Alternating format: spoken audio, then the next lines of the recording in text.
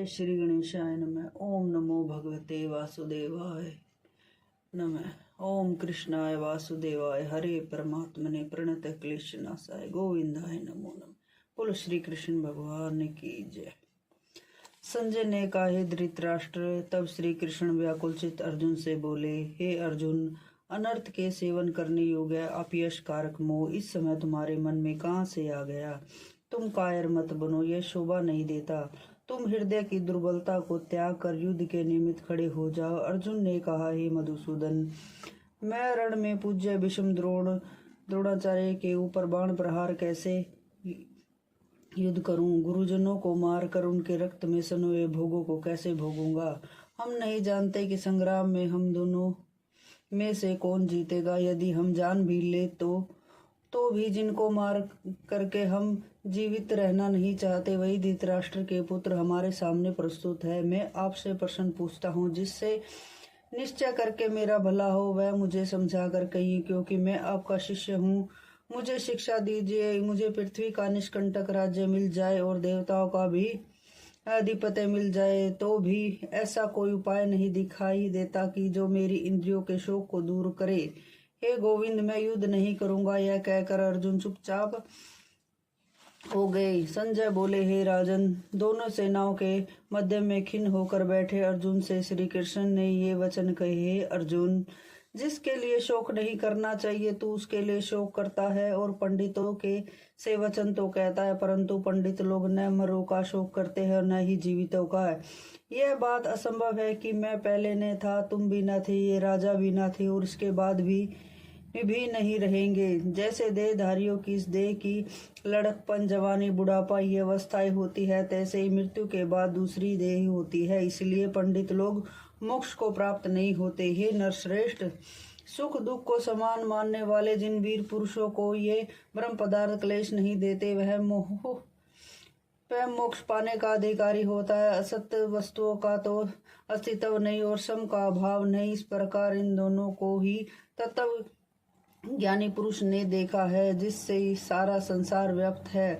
उसी को अविनाशी जानो, क्योंकि इस नाश रहित आत्मा का विनाश करने में कोई समर्थ नहीं है। अतएव हे भारत, तुम युद्ध करो। जो पुरुष इस आत्मा को मरने वाला तथा मारने वाली मानते हैं, वे दोनों ही ज्ञानी नहीं है, क्योंकि आत्मा न कभी मरती है न कभी मारती, और आत्मा न कभी जन्म लेती है और न कभी मृत्यु को प्राप्त होती है। नष्ट हो जाने पर भी वह नाश को प्राप्त नहीं होती। जो पुरुष इस आत्मा को नित्य, अविनाशी, निर्विकार और अजन्मा जानता है, वह किसको घात करावेगा और किसको मारेगा। जिस प्रकार मनुष्य अपने पुराने वस्त्रों को फेंक कर नए वस्त्र धारण करता है, उसी प्रकार आत्मा पुरानी देह छोड़कर नई देह धारण करती है। आत्मा को शस्त्र नहीं काटते, अग्नि नहीं जलाती, जल भिगोते नहीं। यह अविनाशी, सर्वव्यापी, स्थिर, अचल और सनातन है। यह इंद्रियों से जानी नहीं जा सकती, वह कल्पना से परे है। इसलिए ऐसा जानते हुए तुम्हें शोक करना उचित नहीं है। हे महाभाव, यदि तुम इस आत्मा को नित्य जन्म लेने और नित्य मरने वाली मानते हो, तो भी तुम्हें शोक नहीं करना चाहिए, क्योंकि जो जन्मा है उसकी मृत्यु निश्चित है, उसका जन्म निश्चित है। अतएव जो बात अनिवार्य है उसके लिए सोच करना व्यर्थ है। जन्म लेने से पहले क्या था किसी को मालूम नहीं, फिर मरने के पीछे क्या होगा कोई नहीं जानता है। ऐसी दशा के में किस बात का सोच करना तुमको उचित है? इस कारण सब प्राणियों के विषय में तुमको सोच करना उचित नहीं। अपने धर्म को भी सोचकर तुम्हें घबराना उचित नहीं, क्योंकि क्षत्रिय को धर्म पूर्वक युद्ध से और कुछ भला करने वाला नहीं। हे पार्थ, बिना इच्छा के स्वर्ग का द्वार रूप यह युद्ध तुमको स्वतः प्राप्त हुआ है। यदि तुम अपने धर्म के अनुसार इस संग्राम को न करोगे तो अपना मान और बड़ाई खो बैठोगे।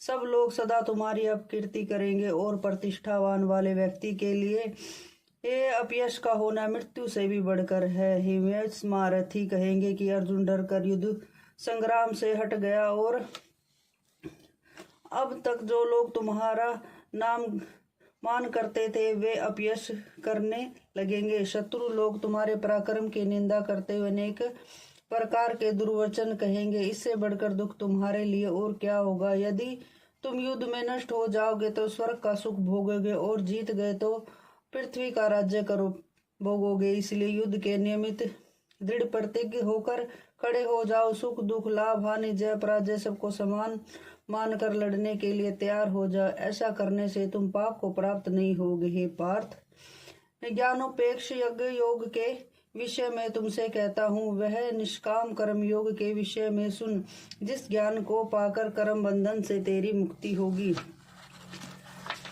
कर्म योग मार्ग एक बार प्रारंभ किए बिना कर्म का नाश नहीं होता, और विधन पड़ने पर भी मनुष्य शुभ फल प्राप्त होता है। और इस कर्म का केवल प्रारंभ ही संसार के भय से छुड़ाकर पूर्ण ब्रह्म प्राप्त कराता है। निश्चय करने वाली बुद्धि इस निष्काम कर्म में एक ही है, और कामना वाले पुरुषों की बुद्धि एकाग्र नहीं रहती, उनकी शाखाएं पर शाखाएं होती है। ऐसी दशा में मनुष्य संदेह में रहता है। हे अर्जुन, अज्ञानी उस पुष्पिता वाणी को ही स्वर्ग सुख से बढ़कर कुछ नहीं समझते। स्वर्ग सुख को ही जो उत्तम पुरुषार्थ समझते हैं, उनका कामनाओं से चित्त व्याकुल होने के कारण निश्चयात्मक बुद्धि से मोक्ष साधन को नहीं प्राप्त होती, कारण कि उनका चित्त भोग विलास में सदैव निगम रहता है। जिन मनुष्यों का चित्त इस प्रकार मोह विलिप्त है और जिनकी आसक्ति भोग विलास और ऐश्वर्य में है, ऐसे पुरुष के अंतःकरण में निश्चयात्मक बुद्धि नहीं होती है। अर्जुन, वेद त्रिगुणात्मक है, तुम निष्काम हो जाओ। सुख दुख को समान जानकर नित्य योग क्षेम आदि स्वार्थों में न पड़कर धीरजवान और आत्मनिष्ठ हो। जैसे छोटे छोटे अनेक जलाशयों से मनुष्यों का कार्य सिद्ध नहीं होता, बड़े जलाशयों से वे सब प्रयोजन अन्यास ही सिद्ध हो जाते हैं, उसी तरह संपूर्ण वेदों में कहा हुआ काम कर्मों का फल ब्रह्म में भक्ति करने वाले मनुष्य को सहज ही प्राप्त हो जाता है। तुमको केवल कर्म करना चाहिए, फल तुम्हारे अधिकार में नहीं। तुम न तो फल की अभिलाषा से काम करो, न निकम्मे ही रहो। फल की आशा त्याग कर कर्म करो। सफलता को समान मानकर मनोगस्त होकर कर्म करो। यही कर्म ज्ञान योग है। इस बुद्धि योग सहित कर्म में अन्य कर्म अत्यंत हीन है, इसलिए तुम बुद्धि योग का आश्रय ग्रहण करो। फल की इच्छा करने वाले निष्कृष्ट होते हैं। निष्काम कर्म करने वाला पुरुष ईश्वर कृपा से इसी संसार में सुकृत तथा दुष्कृत इन दोनों ही का त्याग कर देता है। इसलिए तुम निष्काम कर्म में प्रवृत्त हो जाओ। कर्म फल को त्याग कर ही बुद्धि युक्त ज्ञानी पुरुष जन्म बंधन से हटकर मोक्ष को प्राप्त होता है। जब तुम्हारी बुद्धि मोह वन से बाहर निकलेगी, तब तुम्हारा मन आगे सुनने वाली तथा हुई बातों से विरक्त हो जाएगा। अनेक श्रुतियां स्मृतियों के वचनों को सुनने से तुम्हारी बुद्धि भ्रमित हो गई है। जिस समय वह निश्चल होकर आत्मा में स्थिर होगी, तभी तुमको तत्व ज्ञान प्राप्त होगा। अर्जुन ने कहा, हे केशव, आत्मा स्वरूप में निश्चल बुद्धि वाला किसे कहा गया है, उसके लक्षण क्या है? श्री कृष्ण बोले, हे अर्जुन, जो महापुरुष मन की सब कामनाओं को त्याग देता है और अपने आप ही में प्रसन्न रहता है, उसको निश्चल बुद्धि वाला कहते हैं। दुख में जिसके मन में खेद नहीं होता, सुख में जिसको आसक्त नहीं होता और प्रीति भय क्रोध जिसके जाते रहते हैं, वह महात्मा शुद्ध बुद्धि वाला मुनि कहलाता है। जो शुभ पदार्थ प्राप्त होने से हर्ष नहीं करता, अशुभ से अप्रसन्न नहीं होता, उसी को स्थिर बुद्धि वाला जानना चाहिए। कछुआ जैसे अपने अंगों को सिकोड़ लेता है, उसी तरह जो पुरुष अपनी इंद्रियों को विषयों से हटाता है, उसकी बुद्धि स्थिर जाननी चाहिए।